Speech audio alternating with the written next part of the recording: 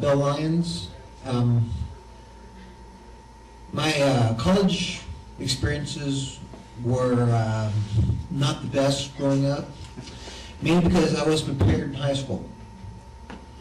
What can the universities do to help the lower schools, 12th grade and the like, prep for college?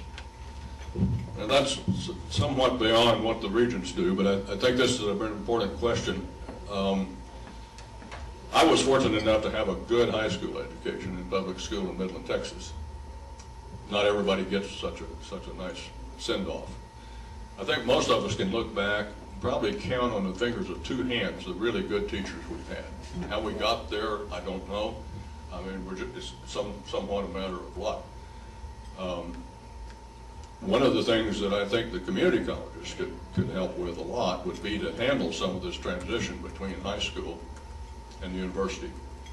We had a better remedial programs possibly that could be done. Something like when I went to a small school in Texas, Rice University, and it had a very selective undergraduate school because it charged no tuition. So there was 2,000 or 3,000 people applying for 500 places in the freshman class. With all of that, they made it clear that it was highly advisable to take a refresher math class before the term started, between the time you graduated and the time the fall term started. And I still remember that vividly. It was 2 solid weeks of 8-hour class a day in an unair-conditioned classroom in Houston, Texas in August.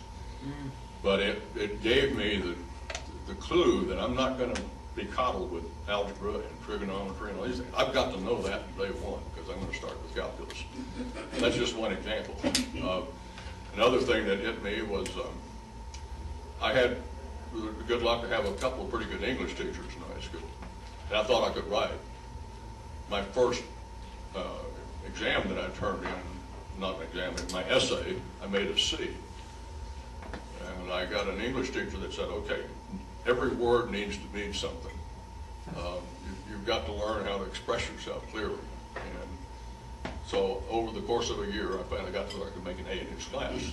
I look back on that as one of the advantages. And how you handle this transition from high school to college is, I don't know if there's a general answer. I think it takes mentoring, it takes teachers that care enough to try to give students some extra help. We may need a tutoring program. Maybe some volunteers could help with that sort of thing. So, does that answer your question? Yeah. Okay.